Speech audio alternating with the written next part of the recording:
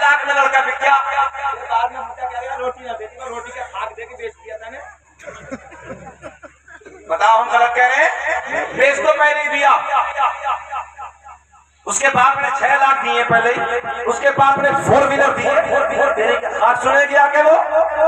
आज भी याद रखना, जो निकाह सादे होते हैं, जो निकाह मस्जिद में बैठ के होते हैं, जो निकाह चंद लोगों में होते हैं, उनमें जो प्यार होता है, उनमें जो मोहब्बत होती है, उनका अंदाज ही अलग होता है।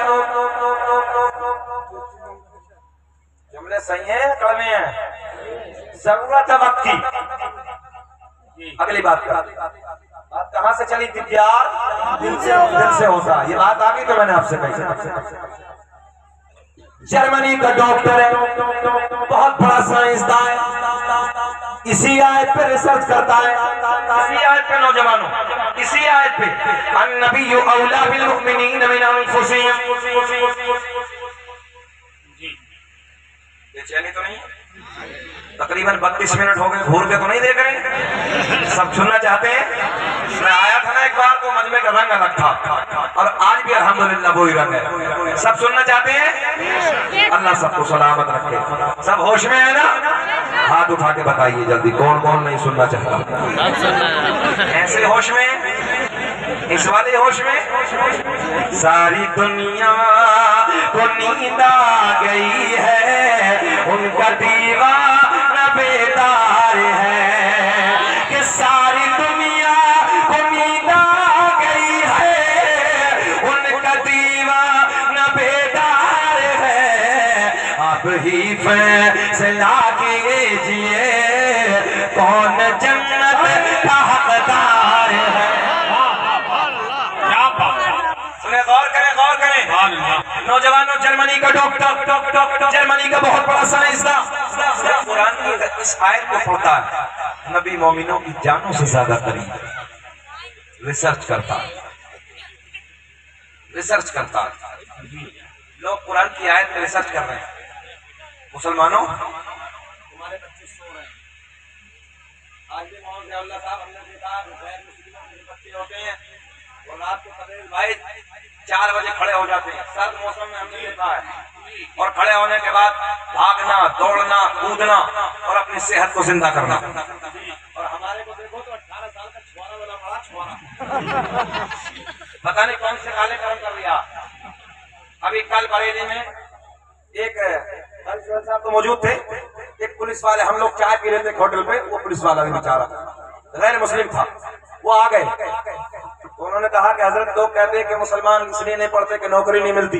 यार जुमले कितने अच्छे थे, कदर करने के लायक जुमले थे हसन भाई। तो उस बंदे ने कहा कि ये सोच के पढ़ते क्यों कि नौकरी मिल रही। तवज्जो है?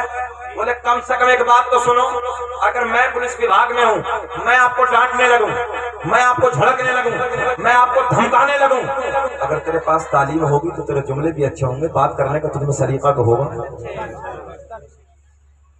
और आज हमारी नई नस्ल का क्या हाल है? न इधर है ना उधर, न इधर है न उधर। दिन की तालीम तो छोड़िए, दुनिया पीछे। आज भी मुझे पटना एयरपोर्ट की बात याद है नौजवान। जैसे मैंने पटना एयरपोर्ट में एंट्री करने के बाद हम लोग फ्लाइट की तरफ चले तो दरवाजे पे पायलट से मुलाकात हुई। वो भी अपना बैग थामे हुए अंदर की तरफ जा रहे थे। नेम प्लेट तो होती है, उस पर नाम लिखा था फरहान खान। मैंने पूछा, सर हमें दिल्ली आना था पटना से। मैंने कहा, सर क्या आप ही लेके चलेंगे? जुमले मोहम्मद साहब बोले, अल्हम्दुलिल्लाह हजरत, मैं ही लेके जाऊंगा। बोल दो यार, बोल दो। सीना चौड़ा हो गया किरियारा वालों। मैंने सोचा फ्लाइट का सफर तो बहुत किया है, मगर आज जिस फ्लाइट से दिल्ली जाने लगा हूं, कोई और नहीं है, मेरे नबी का कलमा पढ़ने वाला है। आज हम अपने बच्चों को चैम्बर में अगर MBBS की कुर्सी पे बैठे देखते हैं, तबीयत खुश होती है। हम अपने बच्चों को IAS अधिकारी देखते हैं, तबीयत खुश होती है। हम अपने बच्चों को IPS की शक्ल में देखते हैं, तबीयत खुश होती है। नौजवानों, इस साल तकरीबन 19 IAS अधिकारी बने। 19 नौजवानों अपने बच्चों के हाथ, अपनी नई नस्ल के हाथ में कलम की ताकत दे दो। हमसे ताकत, कलम की ताकत। दुनिया की सारी ताकत एक तरफ, कलम की ताकत, बोल दो, कलम की ताकत एक तरफ। ये जरूरत अपने बच्चों को आलिम भी बनाओ। आज भी समस्तीपुर के जो मौजूदा डीएम है, मालूम है मैंने कई जगह ऐलान किया है, जो मौजूदा समस्तीपुर बिहार के डीएम है वो कोई और नहीं है, मिसबाही आलिम है। बोल दोस्तों यार, जब बच्चे हमारे आलिम होंगे और फिर वही बच्चा अल्हम्दुलिल्लाह आईएएस अधिकारी होगा, जिले का डीएम होगा, हमारा बच्चा आलिम होगा, थाने का इंस्पेक्टर भी होगा। जब हमारा बच्चा आलिम होगा कोई दरोगा हो, हमारा बच्चा जो आलिम हो कोई आईपीएस अधिकारी हो, हमारा बच्चा आलिम हो कोई हमारा बच्चा जज हो। ईमानदारी से बताओ, क्या इनकलाब पैदा नहीं होगा? इनकलाब पैदा नहीं होगा? सोच बड़ी रखो, अपने ख्वाब को बड़ा रखो। हमारे उस्ताद ने एक बात कही थी, ख्वाब देखो बड़े देखो। मेरे तालिब इल्म बैठे हैं, गुजारिश करूंगा ख्वाब देखो, सब बोल के बताया, ख्वाब देखो बड़े देखो। मगर अगला जुमला ये भी था, सोते हुए नहीं जागते हुए देखो। सोते हुए नहीं जागते हुए देखो। एक बात बताएं, अपनी बात बताएं। हजरत मेरा बड़ा बेटा अभी तकरीबन 11 साल का है, कॉलेज में सीबीएसई बोर्ड से वो पढ़ रहा है और अल्हम्दुलिल्लाह एक बेहतरीन आलिम का इंतजाम किया उनको पढ़ाने के लिए, क्योंकि आलिम भी बनाना है। तो प्रिंसिपल ने पूछा कि बेटा क्या बनोगे? अब से तकरीबन 3 साल पहली बात बता रहा हूँ, क्या बनोगे? तो प्रिंसिपल ने बुला के पूछा, बेटा क्या बनने का इरादा है? बोले सर जिंदगी रही तो इंशाल्लाह आईएएस अधिकारी बनूंगा। तीसरे दिन मुझे बुलाया, कांधे पे हाथ मारा मेरे सामने बच्चे के, बोले सोच बहुत बड़ी है। मैंने कहा अल्हम्दुलिल्लाह इसके बाप की भी सोच बहुत बड़ी है।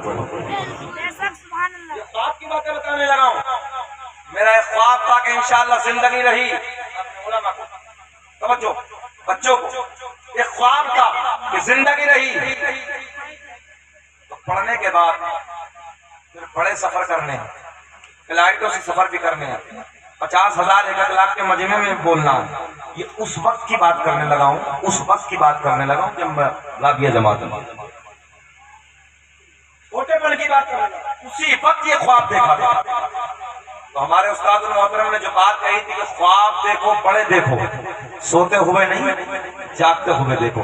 अल्लाह का फजल है, आज वो मुकम्मल हुआ मौलाना ज़ियाउल्लाह साहब और हमने 2-2 लाख के मजमे में तकरीरें की। हाँ, तो इसलिए अपने बच्चों के हाथ में कलम की ताकत दे दो। कलम की ताकत तो कोई नहीं काट सकता। चलो फिर वही बात करते हैं। जर्मनी का डॉक्टर कुरान की आयत पे रिसर्च करने लगा है, कहता है कि कुरान कह रहा है कि नबी जान से ज्यादा करीब है। हमारे नौजवानों को तो पढ़ने का ही टाइम नहीं, फुर्सत ही नहीं। कौन है भैया? जर्मनी का डॉक्टर है, मगर इस्लाम से कोई लेना देना नहीं है नौजवानों, कुरान से कोई मतलब नहीं है उसे, मगर वो जानता है जो कुरान में लिखा है वो सब सच्चा। और तुम क्या कर रहे हो? आराम से रातों को मोबाइल देखो, उसमें आ रहे गाने ड्रामे मक्कारियां और दुनिया तुम्हें, समझ गए ना? अब देखो ये रिसर्च कर रहा कुरान पे, ये कहता है मैंने कुरान की आयत को पढ़ा, उसका तर्जुमा पढ़ा कि नबी जान से ज्यादा करीब है। मैं मेडिकल साइंस में पहुंचा, जाने के बाद मेडिकल में जाने के बाद मैंने इंसानी बॉडी को निकाला। हाँ, रिसर्च किया जाता बॉडियों पे, तो कहता है मैंने एक इंसानी बॉडी को निकाला। नौजवानों जितने बच्चे कॉलेज में पढ़ते हैं, साइंस से पढ़ते हैं, मेरी बात पे गौर करें। तो कहता है मैं कॉलेज में पहुंचा, कॉलेज में जाने के बाद मैंने एक इंसानी बॉडी को निकाला, और इंसानी बॉडी को निकालने के बाद एक तरफ कुरान की आयत है, कुरान का तर्जुमा है। मैं रिसर्च करने लगा, साल मुझे 12 लगे। कितने साल? 12 साल। वो कहता है 12 साल के बाद जो कुरान ने बताया कि नबी मोमिनों की जानों से ज्यादा करीब है, वो कहता है मैंने इंसानी बॉडी को उठाने के बाद मैंने सीने को फाड़ा, सीने को चाक किया, सीने को चाक करने के बाद मैंने दायां फेफड़ा निकाला, बायां फेफड़ा निकाला, दोनों फेफड़ों को निकालने के बाद मैंने टेबल पे रख दिया। टेबल पे रखने के बाद आला खुर्दबीन के जरिए, आला मशीन के जरिए, दूरबीन के जरिए बड़ी बड़ी मशीनें लगाने के बाद मैंने टेस्ट किया, मैंने रिसर्च किया, नौजवानों जुमले पे गौर करो। वो कहता 12 साल के बाद जो कुरान ने ऐलान फरमाया नबी मोमिनों की जानों से ज्यादा करीब है। मैंने फेफड़ों पे रिसर्च किया, मैंने देखा दाएं फेफड़े पे लिखा नजर आ रहा है ला इलाहा इल्लल्लाह, और बाएं फेफड़े पे लिखा नजर आ रहा है मोहम्मद रसूलुल्लाह। नारे तकबीर।